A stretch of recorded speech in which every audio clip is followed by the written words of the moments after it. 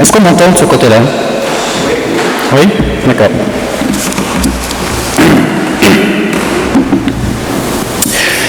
Alors, nos lectures du jour nous proposaient des extraits du livre des Nombres et de l'évangile de Marc, dont on est frappé par la similitude quant aux terreurs qu'elles sous-tendent, dès lors que se manifeste et s'exprime la perte de la confiance et de la fidélité à Dieu. Ce matin, j'évoquerai avec vous plus en détail ce passage du livre des Nombres, n'ayant ni le cœur ni la force de vous entretenir de ce Jésus violent, même s'il parle en parabole, comme on le sait, qui préférerait nous savoir noyés et lestés au fond de la mer, le pied ou la main coupée et l'œil arraché, plutôt que de nous imaginer chuter et déchoir. Témoignant de la marche du peuple de Dieu entre l'Égypte et Israël, le livre des Nombres est bien moins connu que celui de l'Exode ou du Deutéronome. Appelé livre des Nombres par les traducteurs grecs, frappés par l'importance des chiffres mentionnés tout au long de ce récit, notamment la longue liste des recensements et des dénombrements successifs de ces 36 chapitres. Depuis le recensement des Hébreux sortant d'Égypte tribu par tribu, jusqu'au recensement de ceux qui entreront en Canaan, pour bien prouver que tous ceux qui sont entrés dans le désert sont morts et n'entreront pas en terre promise. Mais en hébreu, ce nom de livre des Nombres est appelé dans le désert. Tout simplement dans le désert, ce qui lui correspond mieux, car les nombres décrivent la vie du peuple hébreu depuis le Sinaï jusqu'aux portes de la terre promise. Ils suggèrent la marche souvent difficile vers cette terre promise. Au fil des chapitres, on y voit se former le cortège d'un peuple rattaché aux 12 fils de Jacob, Dieu dirigeant ce peuple par l'entremise de leur guide Moïse. Mais le livre des Nombres n'est pas seulement un livre d'histoire. Il répond au projet théologique de ses rédacteurs. Il a été écrit par les scribes de retour de 70 ans d'exil en déportation à Babylone. Ce livre raconte les infidélités du peuple envers son Seigneur, les révoltes contre Moïse. Il a pour intention de mettre en garde toutes les générations d'Israël qui devront porter la culpabilité des fautes commises par leur père. D'où la nécessaire repentance faite à Yom Kippour, cette période du grand pardon que nos amis juifs ont fêté la semaine dernière. Notre lecture de ce matin nous plonge au cœur de cette question de l'infidélité à Dieu. Essayons de nous transposer avec Moïse dans ce désert du Sinaï sans fin, en quête de la terre promise. C'est peut-être une chose très facile à visualiser, on va essayer de ressentir tout ça comme si c'était un film. Une majorité du peuple qui traverse ce désert maugré, pleure même. Pensez donc, il y a si peu à manger, pas de viande, et la maigre manne donnée par le Seigneur constitue ce plat unique qui ne satisfait plus les estomacs. Dès lors, on se prend à rêver du passé, du temps révolu où l'on mangeait à sa faim. Ah, le poisson que nous mangions pour rien en Égypte, les concombres, les pastèques, les poireaux, les oignons, l'ail, peut-on lire un peu plus tôt au verset 5 de ce même chapitre 11. Nos malheureux Hébreux font une crise de nostalgie aiguë. Repus par leur mère nourricière égyptienne, ils se mettent à regretter les temps anciens, à recomposer un temps béni qu'ils ont pourtant longtemps maudit. En comparaison, la dure captivité égyptienne semble soudain confortable, elle revêt même un caractère sécurisant. La liberté, on le sait d'expérience, peut faire peur à ceux qui en ont trop longtemps été privés. Pensez aux libérés de prison après de longues peines. On peut se révolter contre cette liberté-là, mais on sait surtout qu'on se révolte bien plus pour du pain que pour des idées. Dans la légende du grand inquisiteur de l'écrivain russe Dostoïevski, je me permets de vous citer ces terribles lignes extraites du livre Les Frères Karamazov. L'esprit redoutable et profond, l'esprit de la destruction et du néant t'a parlé dans le désert et les Écritures nous rapportent qu'il t'a parlé, qu'il t'a tenté. Tu veux aller vers les hommes et tu vas vers eux les mains vides, avec seulement la promesse d'une liberté qu'ils sont incapables de comprendre. Vois-tu ces pierres dans le désert aride et brûlant? Change-les en pain et l'humanité accourra vers toi tel un troupeau affamé. Elle te sera reconnaissante et soumise, mais tremblera sans cesse de te voir retirer tes mains et d'être privée de pain. Mais tu n'as pas voulu priver l'homme de liberté en te disant qu'il n'y aurait plus de vraie liberté là où l'obéissance s'achèterait par le pain. Tu as répondu que l'homme ne vit pas de pain seulement. De même, je pourrais vous citer, et j'arrête après les citations, Albert Camus, disant « Que préfères-tu, celui qui veut te priver de pain au nom de la liberté ou celui qui veut t'enlever ta liberté pour assurer ton pain ?» La liberté a donc souvent le goût du désert et la nostalgie peut devenir une prison. Les Hébreux demeurent prisonniers de leurs souvenirs. Nous nous rappelons, disent-ils sans cesse. Les anthropologues et les psychologues le savent bien, l'être humain mange avec les souvenirs sécurisants qui ont marqué son enfance, assaisonnés de tendresse et de rites. Avec les repas égyptiens, c'est précisément l'image d'une certaine sécurité qui revient à la mémoire d'Israël. La nostalgie est une douleur provoquée par le désir du retour. C'est une souffrance propre à tous les exilés, à tous les sans-terre. Mais les temps incertains sont aussi des temps propices aux tentations réactionnaires, propices à mystifier le passé, propices à des inversions, voire des révisions historiques.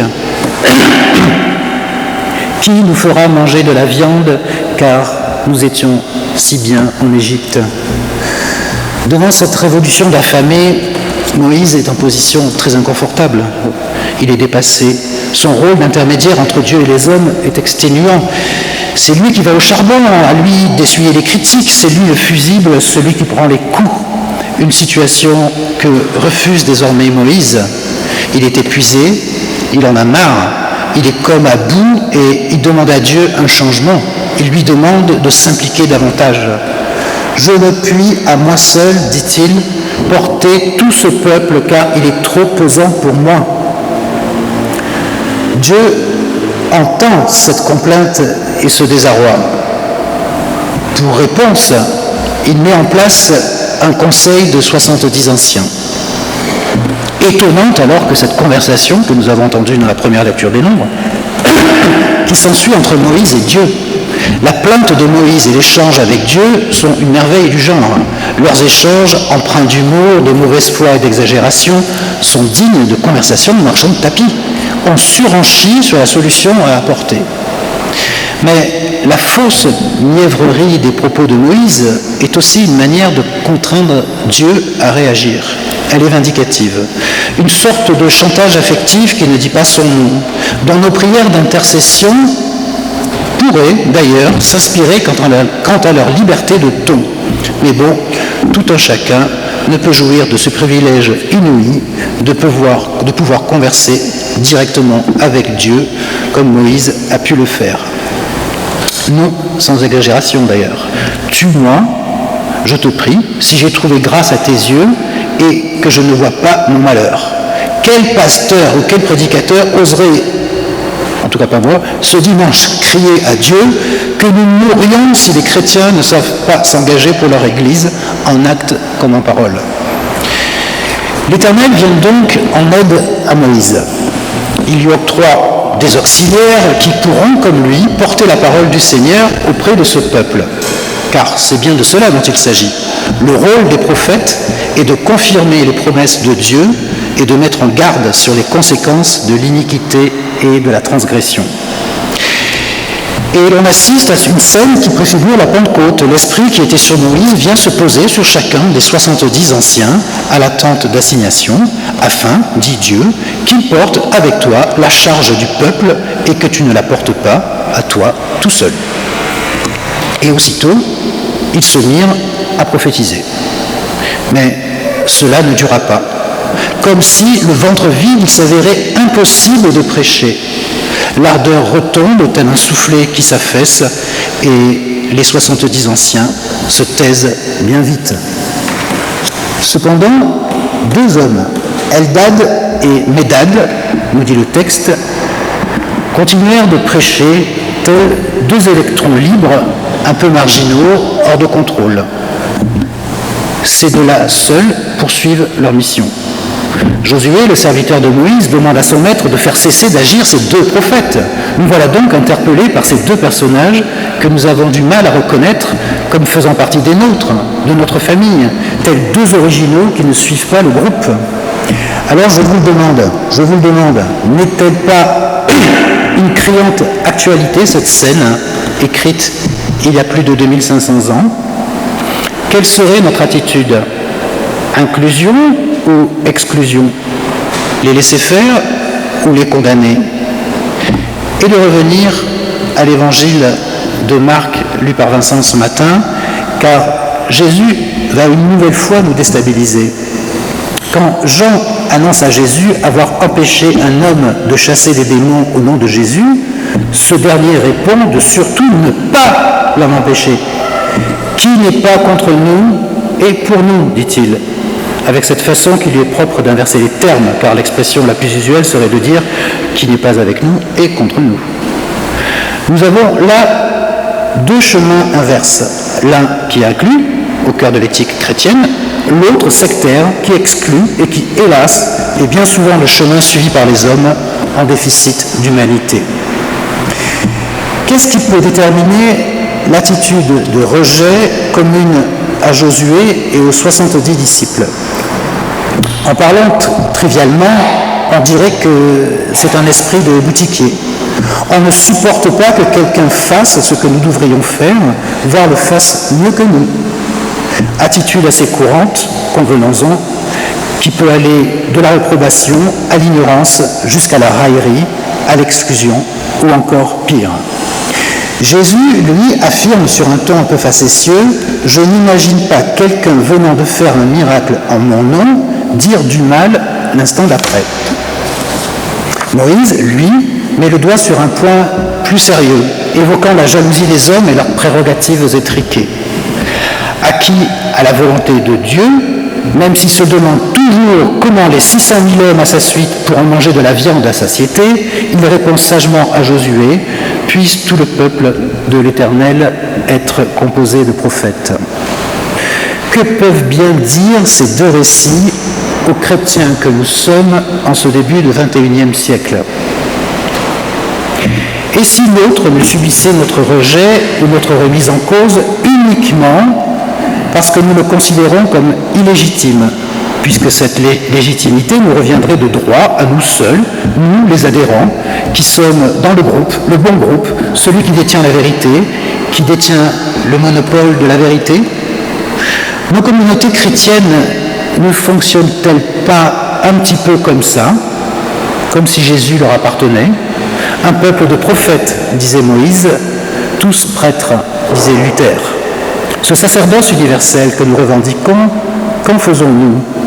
Qui sommes-nous en fait? Les 70 anciens d'Israël, bien vite revenus de leur mission, ou les protagonistes audacieux restés dehors qui continuent de prêcher et d'annoncer la promesse de jours meilleurs? Et ce récit nous pose une question simple. Qu'est-ce que l'Église? Notre Église? Est-ce une institution avec ses lois, ses interdits, ses membres dûment patentés, ses paroissiens dociles et disciplinés, ne s'exprimant que dans un périmètre bien délimité?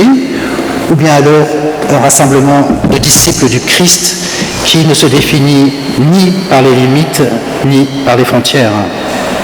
Jésus se préoccupe-t-il des frontières? Pour Jésus, il n'y a ni dedans ni dehors. Et pour nous, il s'agit de reconnaître que le Christ peut agir en l'autre, de reconnaître que l'Esprit de Dieu souffle où et quand il veut. Il peut tout aussi bien renouveler les anciens dans leur enthousiasme des premiers temps ou être répandu sur des inconnus. Quiconque peut le recevoir, mais personne ne peut ni le retenir, ni se l'approprier. Moïse dit « Il y a 600 000 hommes, leur tuera-t-on des brebis ou des taureaux, ou leur assemblera-t-on tous les poissons de la mer, en sorte qu'il y en ait assez pour eux ?» On reste un peu confondu d'étonnement en entendant Moïse exprimer des doutes sur la réalisation de la promesse de l'Éternel, quand on sait que ce même homme, Moïse, élu de Dieu et instrument de sa main, a déjà frappé l'Égypte de 1000 plaies, a ouvert les eaux de la mer Rouge, a noyé Pharaon et son armée, et qui doute maintenant encore que quelque chose puisse être difficile à accomplir par l'Éternel. Mais quand nous nous interrogeons sur cette incrédulité de Moïse, il ne faut pas que la nôtre trouve grâce devant soi, car nous n'avons pas plus que lui de motifs de douter de la puissance du Seigneur. Ou plutôt, nous avons autant de bonnes raisons qu'il en avait pour ne pas y mettre de limite. Qui nous donnera à manger de la viande se lamente ce long cortège affamé qui traverse le désert du Sinaï. Dieu entendit ces lamentations. L'Éternel va donc vous donner de la viande, dit Dieu à Moïse, et vous en mangerez. Vous n'en mangerez pas seulement un jour ou 2 jours, ni même 5, 10 ou 20, mais tout un mois jusqu'à ce qu'elle vous sorte par les narines, jusqu'à ce que vous en ayez la nausée. Il donna donc à ce ramassis de gens en guenilles, amaigris, affamés, épuisés, des cailles à profusion, au point qu'ils s'en goinfrèrent plus qu'à satiété, toute une journée et toute une nuit, en furent malades et en moururent d'indigestion. On les enterra sur place et ils ne connurent jamais la terre promise.